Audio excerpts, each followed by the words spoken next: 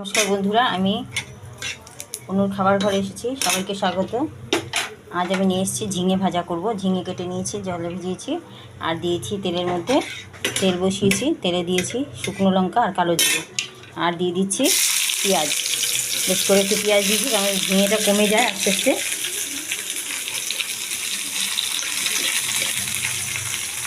ঝিঙেটা যতটা ভাজা হবে কমে যায়, আর দুটো কাঁচা লঙ্কা দিয়েছি।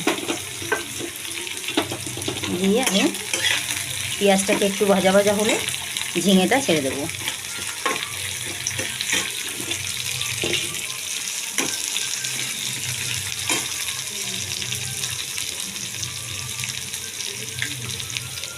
দিয়ে দেবো হলুদ নুন, আর নামাবার আগে একটা কাঁচা লঙ্কা দিয়ে দেবো। আর কাঁচা লঙ্কা ভালো খায়, সেই জন্য সেদ্ধ দিয়ে দেবো। আর একটু হলুদ দিয়ে দিচ্ছি, আর কিছু তেমন কিছু মশলা লাগবে না।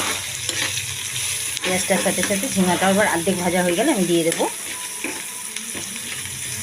ঝিঙেটা জল চেপে চেপে উঠিয়ে নিয়ে আমি দিয়ে দেবো।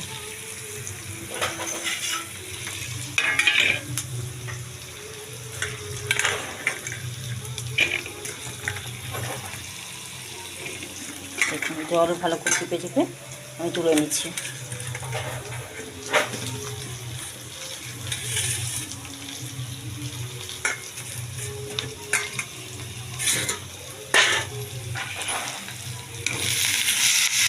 পেঁয়াজটা আধা ভাজা হয়ে গেলে তখন আমি ছেড়ে দিলাম। এবারে ঢাকা দেওয়া যাবে না, ঝিঙেটা আস্তে আস্তে করে এর সাথেই মজে যাবে এবং ভাজা ভাজা হতে থাকবে। ঝিঙে ভাজা করছি পেঁয়াজ দিয়ে। দেখুন বন্ধুরা, ঝিঙেটা ভাজা হয়ে গেছে প্রায়। এরকমভাবে যদি ভেজে খান, ভাত দিয়ে তেল দিয়ে খাওয়া হয়ে যাবে। তেল বেরিয়ে যায়, অল্প একটু তেল দিলেও আপনার তেল বেরিয়ে যাবে অনেকখানি বেশি। মনে হবে অনেক তেল দেওয়া হচ্ছে, কিন্তু তা নয়। খুব ভালো করে ভেজে নিলে দারুণ টেস্ট একটা খাবার হয়ে যাবে। রুটি দিয়ে, ভাত দিয়ে, যা দিয়ে খান খুব ভালো লাগবে খেতে। এরকম ঝিঙা ভেজে আপনার খেয়ে দেখবেন, দারুণ টেস্টি। ঝিঙা তো এমনিতে অনেকে খেতেও চায় না, কেউ তরকারি পাঁচ তরকারিতে দেয়, কেউ ঝিঙে পোস্ত করে। তাছাড়া এইভাবে ভেজে খেয়েছেন কখনো? যদি না খেয়ে থাকেন, একবার কমসে কম করে খাবেন। কমেন্টে জানাবেন কেমন লাগলো। আর ভিডিওটি ভালো লাগলে লাইক শেয়ার করতে ভুলবেন না। চ্যানেলটিকে যারা নতুন আছেন অবশ্যই সাবস্ক্রাইব করবেন। যারা যেখান থেকে দেখছেন ধন্যবাদ সকলকে।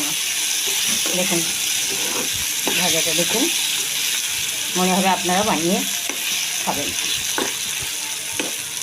এরকম ভাজা ভাজা হলে আর কিচ্ছু লাগে না। এই ঝিঙে ভাজা দিয়ে এক রুটি বা ভাত খাওয়া হচ্ছে অনেকখানি। আমার ঝিঙে ভাজা রেডি। পেঁয়াজটাও ভাজা হয়ে গেছে সঙ্গে।